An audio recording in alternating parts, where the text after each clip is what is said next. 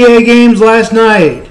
The Philadelphia 76ers may have wrapped up the series as they lead 3-0. Leading scorer was Tyree Maxey for the 76ers with 25. Brooklyn Nets, Mikal Bridge had 26 in the loss. Next game is Sunday at 12. Could be the final game as the Philadelphia Sixers lead 3-0. Sacramento Kings, Golden State. Golden State got a must-win as Stephon Curry had 36. DeAndre Fox had 26 for the Kings, but it wasn't enough. Saturday, 2:30, Warriors like to tie it at 2. Suns beat the Clippers. After being down 1-0, the Suns have managed to take the next 2. Devon Booker scores 45 and Norm Powell scores 42. Game time 9 on Saturday. Now we'll move on to the games tonight. Celtics lead the Hawks right now, 37-35. Tonight, Game 3, Cavaliers-Knicks. Knicks by 2. Knicks are my team to upset the Cavs. Nuggets-Timberwolves. Denver by 2. Nuggets lead 2-0, so a must game for the Timberwolves. Game is at 8:30. Players to watch out for the Cavs and Knicks: Devon Mitchell, 28.3, and Julius Randle for the Knicks, 25.1.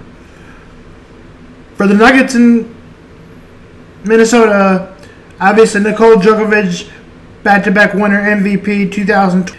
Anthony Edwards, 24.6. The shooting guard for Minnesota. Game time for that game is at 8:30. Game time for the Cavaliers and Knicks is at 7:30. Now we've got baseball. The Royals, who are 4-15 and need to get it figured out soon, or they're going to end up with 100 losses. Today announced that Chris Bubic was headed to the DL, and he will receive Tommy John surgery and will be out for the rest of the season. He was having the best year on the Royals staff. And the AFC, they're 4-15, so that ain't good.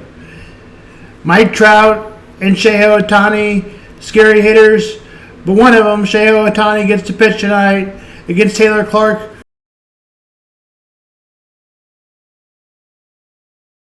And his ERA is start bad this year, 6.75. Game time from Los Angeles is at 8:38.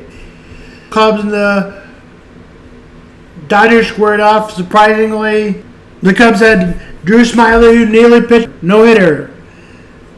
That final score was routed by the Cubs as it won 13-0. The Cubs are a 12-7 as the Dodgers dropped to 10-11. Not good for the Dodgers as they won 107 games last year. White Sox playing the Rays right now. The Sox are 7-12. The Rays started off 13-0. Since are 3-3. The Sox do lead the Rays.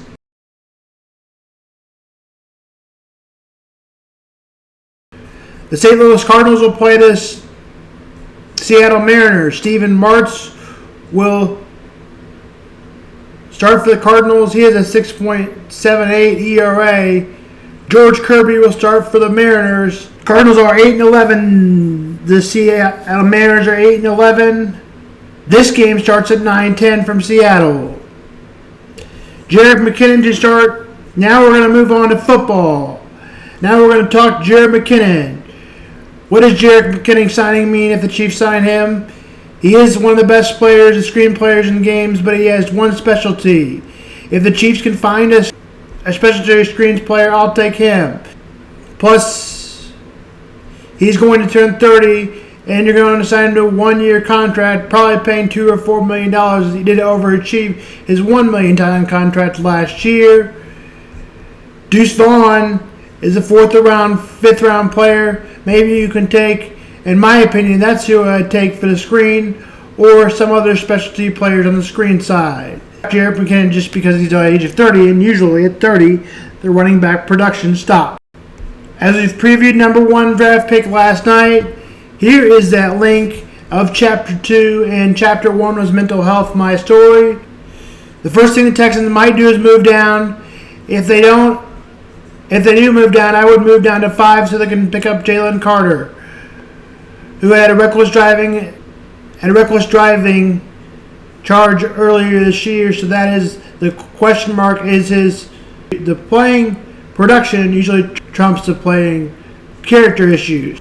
So as of right now, I have the Texans drafting CJ Stroud.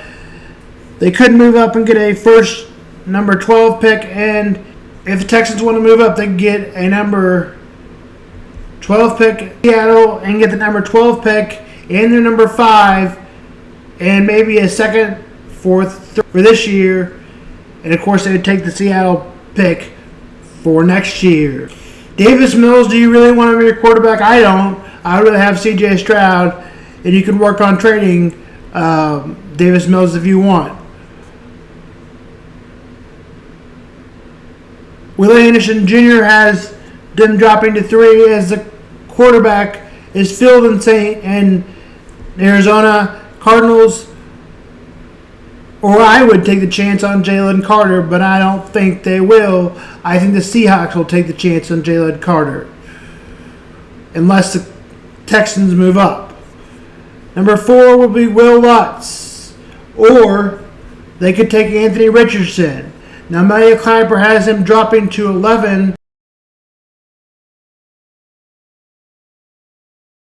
but Todd McShay has him drafting at 4. Anthony Richardson would go probably 11 if they do not draft. Whomever they don't draft, either Will Lutz or Anthony Richardson, probably drops to 11 to the Titans. Now the Seahawks have them taking Jalen Carter or Will Anderson. For this purpose, we'll have them taking Jalen Carter. As we went over him, he had some very good stats. He's just a big, huge guy that could help provide some size and could be put in the draft. For defensive players, he could have gotten number 1 if he didn't have the character issues. Todd McShay has Trey Wilson at potential at that. They're all going off of defensive potential at that. Trey Wilson is out of Texas Tech. Devon Witherspoon, cornerback, Illinois. Devon Witherspoon is overhyped, but potential is stuck through the roof. That's according to Sports Nation. Nolan Smith at number 8. Number 8 would be the Lions taking Trey Witherspoon. Trey Wilson. Number 6 is Todd McShay has them taking Trey Wilson. That is number 6. Devon Witherspoon is number 7. Let's go through the strengths and weaknesses of that. Witherspoon is overhyped, but potential is good, still the roof. At number 8, Nolan Smith, Atlanta Falcons. Nolan Smith gets off the line fast enough. He flies to the ball regardless if he can play on the side or not. Due to his natural speed, that brings leverage. His problem is, his size. The big question is size. Obviously, is it can hold up? Can he collapse the quarterback? Now we'll stop there. Now we'll either get to number 8 on Sunday or Monday. We'll do a quick NBA podcast tomorrow. This is Sam Vaughn for Sam Sports Report.